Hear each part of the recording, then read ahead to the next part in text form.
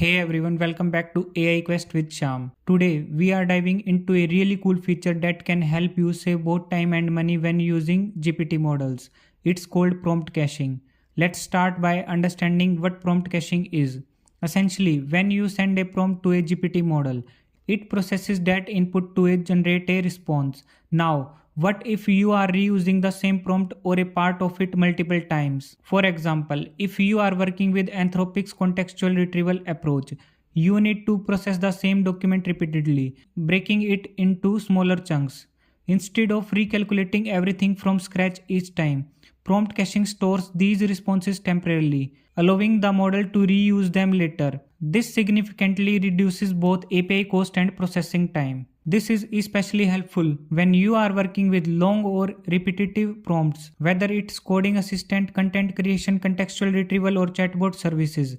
These applications often rely on repeated context. So, if you are making many calls with the same or similar inputs, prompt caching will kick in automatically, cutting cost by up to 50% for cache tokens. Now let's talk about the benefits. Cost savings. If you are building application with repeated inputs, you can save significantly. Prompt caching prevents the model from having to reprocess identical or similar data, cutting API charges. Latency reduction. Cache responses are retrieved much faster than generating new responses from scratch. The best part, you don't need to make any changes in your code for caching to work. It's applied automatically when certain conditions are met, such as repeated prompts or prompt with common prefixes. Alright, let's jump into a demo to see how much you can save and how fast cached responses are compared to fresh ones. First, let's make sure we are connected to the runtime in Colab. We will also need to install some required libraries. Running this command installs the OpenAI API PyPDF2 for PDF processing and TickToken for token counting. Now I will extract text from the PDF file using the extract text from PDF function. Here is our dummy PDF and I am running the function to pull out all the text from the document. We can see that we have extracted 13,939 characters, which are 1983 words from the PDF. Here is a preview of first 200 characters. Next, I will split the text into chunks of 300 words each using the split into chunks function. This ensures the document is manageable for processing. So if we divide 1983 words into 300 words of each chunk, then there will be 7 chunks created, which we will pass through the model. Here is a quick look at the token pricing for the GPT-4o mini model.